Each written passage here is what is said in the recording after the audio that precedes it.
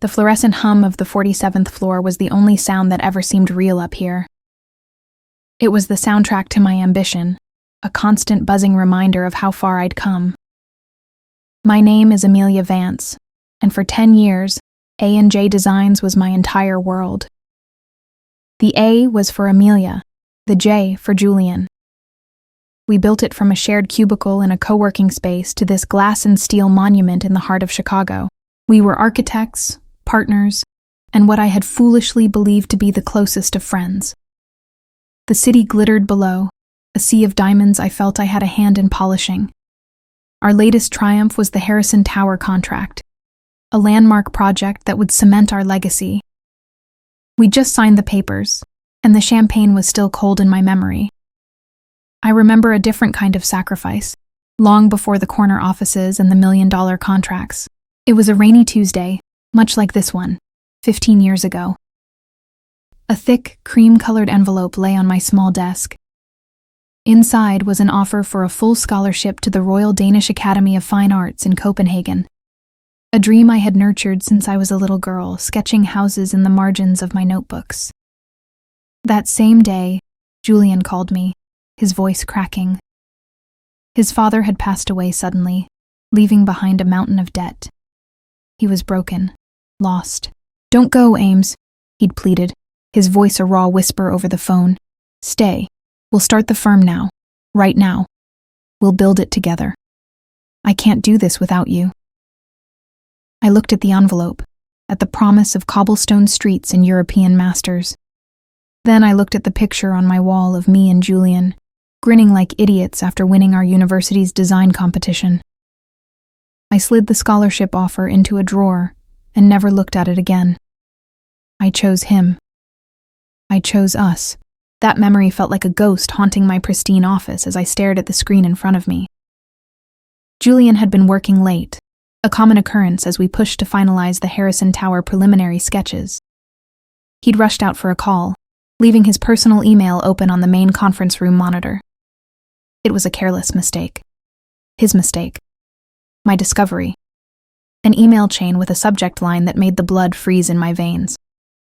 New firm assets and client transition. My heart hammered against my ribs, a frantic bird trapped in a cage of bone. I clicked. It was all there. Meticulously planned.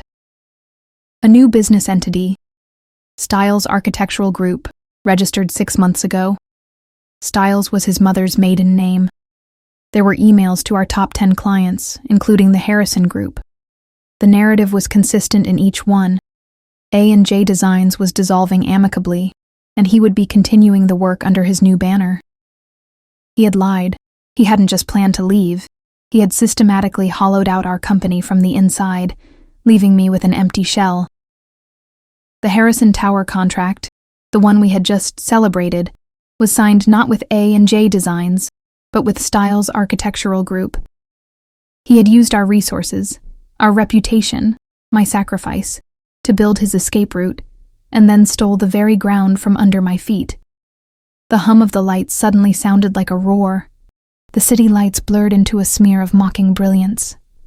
The rage was a physical thing, hot and clean. It burned away the shock, leaving behind a cold, hard clarity. Confrontation was what he would expect. Tears, shouting, a messy, emotional scene he could twist to his advantage, painting me as the hysterical partner.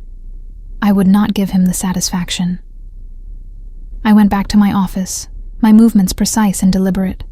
I opened my laptop. My fingers flew across the keyboard, not with anger, but with purpose. My first move would not be a scream, but a quiet, official, and irreversible incision.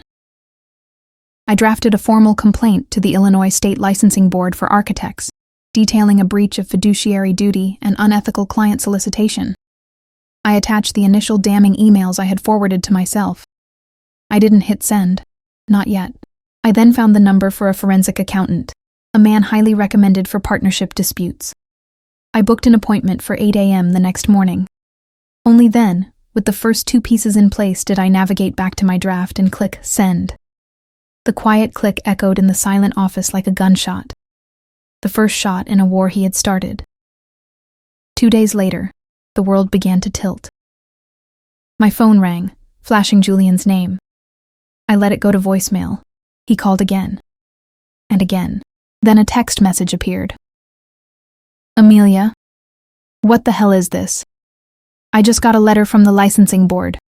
Call me now. This is a huge misunderstanding. A misunderstanding. The word was so insulting, so dismissive of the calculated treachery I had uncovered.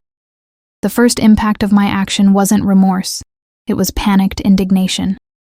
Later that afternoon, I got a call from Mark, a junior architect at our firm. His voice was hesitant. Amelia, Julian just held a staff meeting. He said you were having some personal issues, that you had a breakdown and made some wild accusations. He's putting everyone on the payroll for Styles Group, effective immediately. He was trying to poison the well, to isolate me and discredit me before the truth could gain traction. The true counterattack came over the next week. It was a masterclass in manipulation. Julian began a systematic smear campaign. He called our mutual friends, our suppliers, even my parents. He twisted the story of his father's death, the very reason I had stayed. In his telling, I hadn't been supportive. I had been an opportunist, using his moment of weakness to leash him to my own ambitions. She's always been controlling, he would say, his voice thick with feigned hurt. I think she just can't handle seeing me finally step into my own as an artist. The lies were audacious, parasitic, feeding on the past I had sacrificed for him. The blows landed. Friends I'd known for a decade suddenly had to get off the phone when I called. A supplier we'd used for years politely informed me that they would be consolidating their accounts with Mr. Styles. The lowest point came on a Thursday.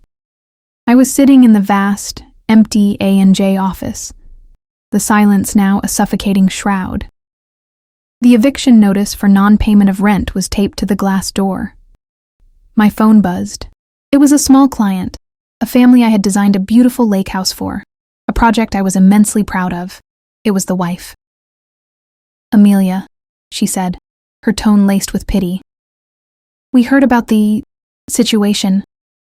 We just feel it's best if we stick with Julian. He knows the project. And honestly, we don't want to get involved in any drama.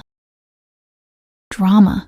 That's what my life's work, my stolen future, had been reduced to.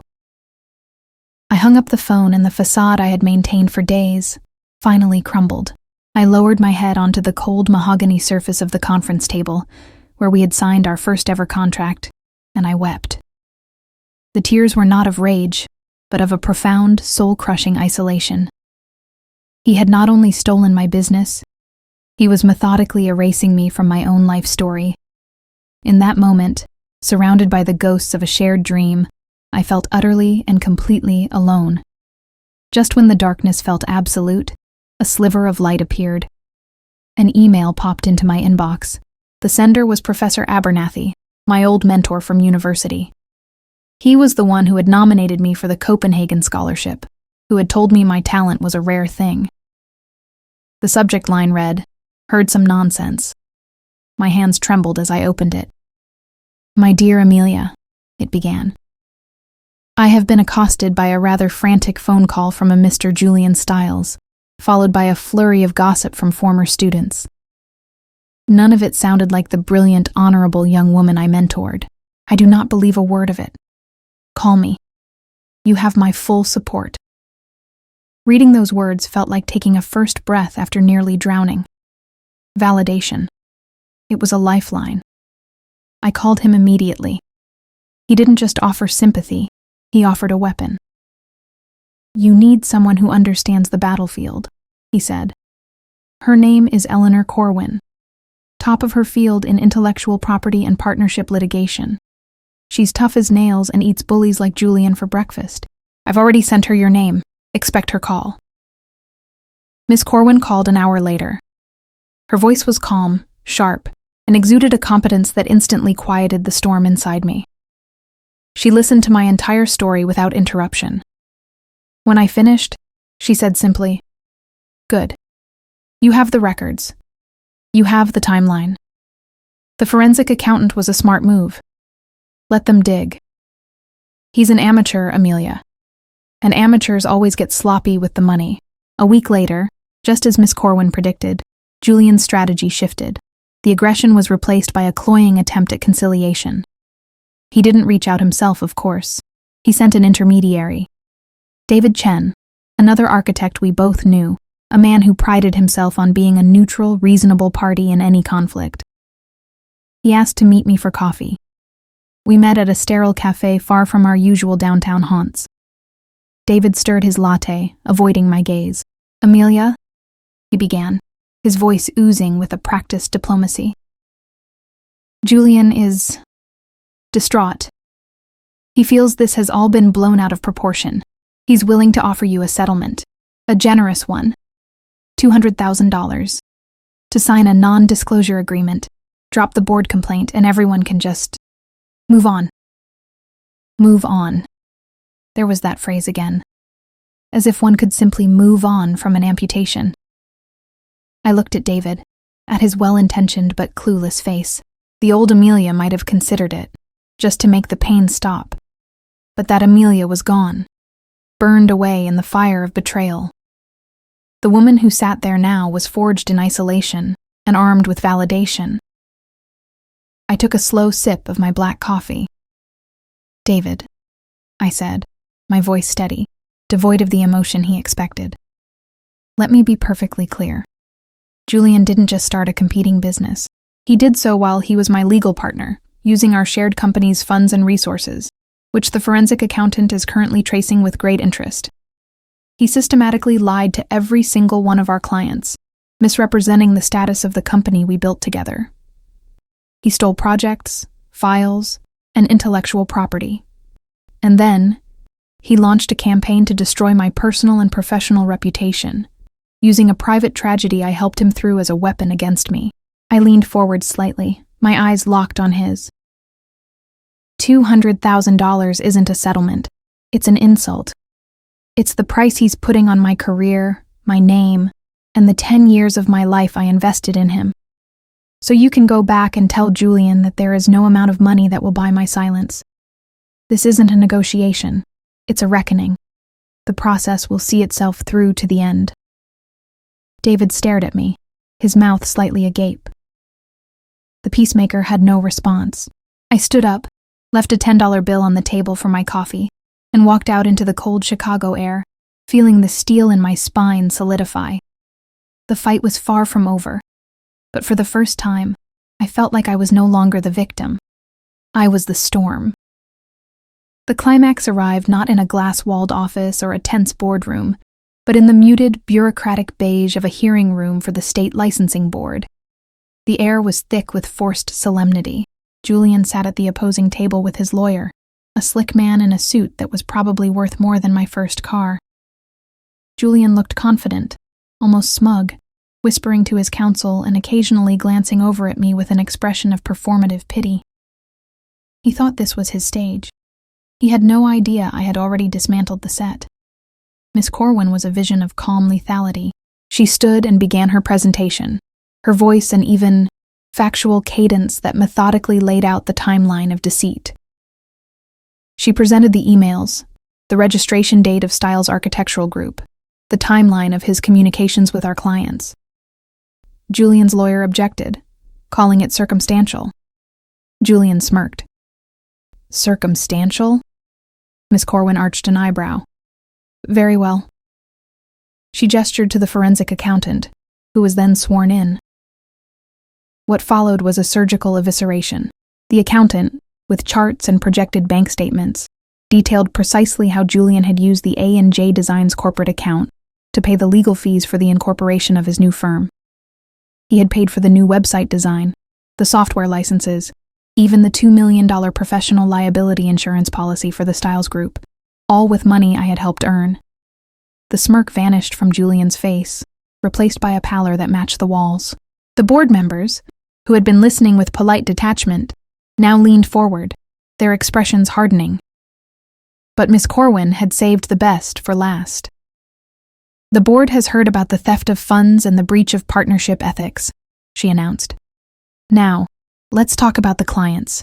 specifically the Harrison Tower project. She called her final witness. It was Mr. Davenport, the executive vice president of the Harrison Group. A murmur went through the small audience of architects.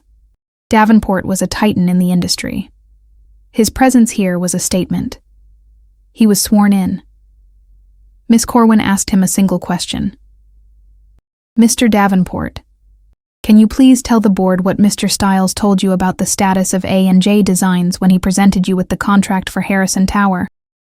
Davenport looked directly at the board, then his gaze shifted to Julian, cold and sharp. He told me that Amelia Vance was leaving the partnership for personal reasons and that the firm was being dissolved. He assured me that transitioning the contract to his new entity was a mere formality to ensure continuity of service. He explicitly stated it was with Miss Vance's full blessing. The lie, so brazen and absolute, hung in the silent room. Julian stared, his face a mask of disbelief and terror. He started to stand, to speak, but his lawyer yanked him back into his chair by the sleeve of his expensive suit. The chair of the board looked at Julian, his disappointment palpable. Mr. Stiles, he said, his voice heavy with official gravity, given this testimony and the financial evidence presented, this board is voting for an immediate and summary suspension of your architectural license, pending a full investigation which, I feel confident, will result in permanent revocation. The gavel fell. The sound was a death knell for Julian's career. His face crumpled. It wasn't the look of a villain getting his due. It was the pathetic, slack-jawed shock of a child who had finally been caught. I glanced around the room. The other architects who had been whispering about my instability now refused to meet my eye. Mr. Davenport caught my gaze from across the room and gave a slow, deliberate nod of respect. I felt no elation, no thrill of victory, just the quiet, profound satisfaction of a balance being restored. The months that followed were a montage of quiet reconstruction. Scene 1. A new office. It wasn't on the 47th floor, but on the 3rd floor of a charming brick building in a neighborhood with more trees than skyscrapers. Sunlight streamed through large arched windows onto my drafting table. The sign on the door, in a clean, elegant font, read, Vance Architecture. For the first time in a decade, my name stood alone, and it felt not empty, but complete. Scene 2. A celebratory lunch. I was seated at an outdoor cafe with Professor Abernathy and Miss Corwin. The laughter was genuine, the conversation easy. We weren't talking about Julian or the lawsuit. We were talking about a new museum competition, about a book Miss Corwin had read, about the simple joy of a sunny afternoon. They hadn't just been allies. They had become my friends, the foundation of a new, more authentic professional family. Scene 3. A construction site. The steel skeleton of a building rose against the blue sky. I stood with Mr. Davenport, our hard hats on, looking over a set of blueprints. It was a new project, a community arts center he had commissioned directly from me. It's bold, Amelia, he said, tapping a finger on the design. I love it. And I smiled, a real smile that reached my eyes, feeling the thrill of creation, untainted by betrayal. One evening, an email slipped past my filters. The sender was Julian. The subject line, I am so sorry. Against my better judgment, I opened it. It was a long, rambling mess of self-pity and excuses. He blamed the pressure, the industry, everything but himself. He begged for a chance to explain, to have coffee, to talk. I read the first 2 sentences, and my face remained a placid mask. There was nothing he could say that would matter.